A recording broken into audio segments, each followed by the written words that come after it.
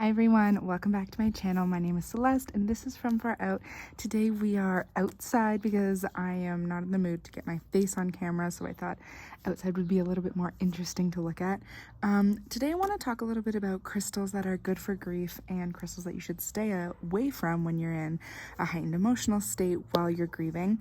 I've been a little bit slow on my channel because I'm kind of dealing with some things. I had a friend recently pass away, and so I'm just sort of going through that grief and mourning period. So I thought, what better way to deal with that than to share with other people who might be going through the same thing. So here are a few of the crystals that I've been working with, and some of the ones that, although I love them, I've been staying away from.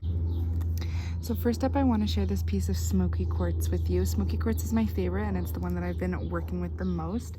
This one's really special. It kind of has a bridge, and that's perfect, I think, for Smoky Quartz, because Smoky Quartz is really great for seeing through the mist and sort of connecting to that other side. And when we're talking about grief, I don't mean to say that, Smoky Quartz is going to help you interpret or help you talk to your lost one or whatever. I mean, if that's your gig, do it. But I meant more see through the mist, as in kind of understand how energy transitions from this world to the next. So sort of having that perspective really helped me sort of not feel so lonely without having that person. It helped me feel more connected to the other side, and knowing that these are just cycles and this is how it works, and as my human emotional body I have to feel those feelings, but knowing in my consciousness that it's not the end and there's more. This piece in particular I wanted to share with you kind of came to me as a killer whale spirit. I don't know if y'all see that, his head is here and then he's got his big fin and there's his tail. I don't know if y'all see it. My husband doesn't. One of my friends said she does, so I don't know. But I find Smoky Quartz, being a quartz, it's really great to take on the spirit of, spirit animals that visit you, spirit guides in general. And the killer whale is a really special spirit guide to me. And it's helped me with a lot of transitions in my life. So another whale spirit crystal that I wanted to share. Oh my God. Anyways, this is an agate, and it kind of has a little whale tail in it, so I love this, of course, as a whale spirit. But agate is a really beautiful crystal for calmness and for sort of balancing. So if you're feeling very emotionally heightened and you need to sort of come back to center and reground yourself, agate is a really beautiful piece to do that with.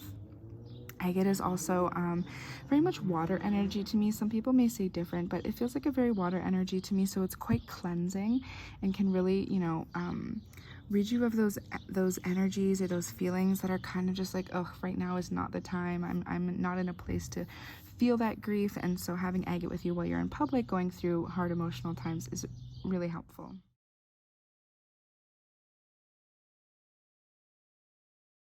Next up, of course, I have Lepidolite. Nobody goes through a panic attack without Lepidolite. Lepidolite is a beautifully calming stone. If you suffer from a lot of anxiety and grief, especially heightens that, Lepidolite or purple mica is really going to save you. This one even has a little bit of pink tourmaline, so kind of that heart energy. Anybody getting visited by crows? So yeah, Lepidolite, of course, is that anxiety calmness, but also for anybody who may have intrusive thoughts when we're grieving a lost person, or whatever we're grieving. If we are having fear that that same thing will happen to us, or fear that it's going to happen again, or even fear of feeling your emotions and not wanting to feel your emotions, Lepidolite is going to ease you through that. It's a really good companion piece to get through hard times with. So Lepidolite has really been a savior. The next piece I have is Chrysoprase. This is a green chalcedony. Chrysoprase is a really good reminder to be kind to ourselves and to let ourselves really feel those things that are hard, feel those things that we don't like, and maybe going through that difficult time, a depressive episode, whatever it is, we lose our routine, we lose the things that are valuable to us, in terms of remembering to get up every day and wash your face, get dressed, feel good about yourself. Chrysoprase is a great reminder that it's always a good time to be kind to yourself, whether it is following that routine or being okay with the fact that sometimes we need to take a break from our goals and the things that we try to keep ourselves accountable to.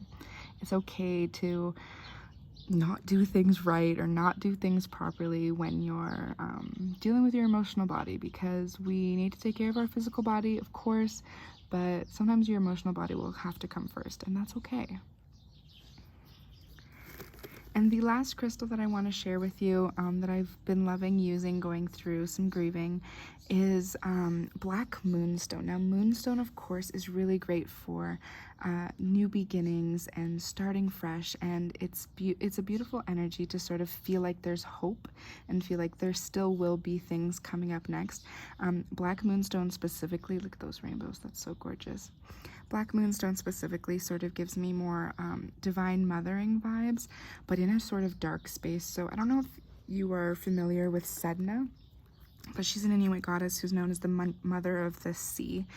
And that's what Black Moonstone kind of gives me. She lives at the depths and the deepest, darkest parts of the ocean, and she's there to protect all those that, you know, find themselves there.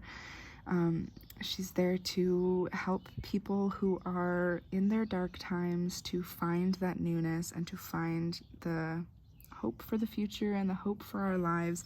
And I really love this combination with that killer whale spirit and with the mother of the sea. It feels very much it feels like there's no need to be lonely anymore. And I know that loneliness is a huge part of grief. So this is a combination that has really been hugging my spirit these days. All right, and next up I want to share a couple of crystals that I would not recommend if you are in a heightened emotional space.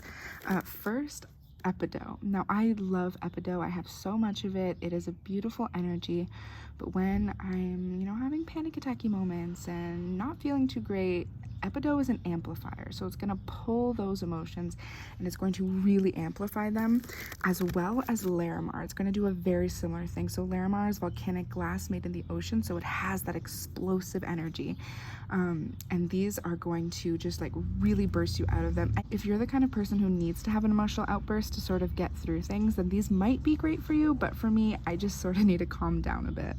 And lastly, of the crystals that I would not recommend during grief is black tourmaline. Now, black tourmaline is fantastic for grounding and earthing, and it's important energy to feel when we're grieving, because a lot of times we are emotionally heightened and grounding sounds like a great thing, but I find that black tourmaline is just a bit too heavy, almost a bit too medicinal. I find it like really sinks me down and like puts me in sort of a slump, and that's like the opposite of what I'm trying to do because I'm already in a slump.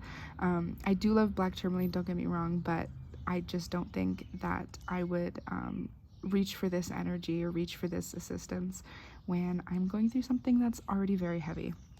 I used to actually be really scared of black tourmaline, but it turns out I was just like in a really bad emotional place, and so black tourmaline just sort of brought me way down. But after a while I sort of got used to it and figured out how to work with it that would be beneficial for me. But yeah, so those are all of the crystals that I wanted to share with you today during my grieving process, and I hope that this can help out some of you guys, and maybe learn a little bit about me and hang out with me here or deal with your own things going on. So thank you for being vulnerable with me today. I hope that vulnerability is valued in your life, and I will see you in the next one. Peace and love from far out.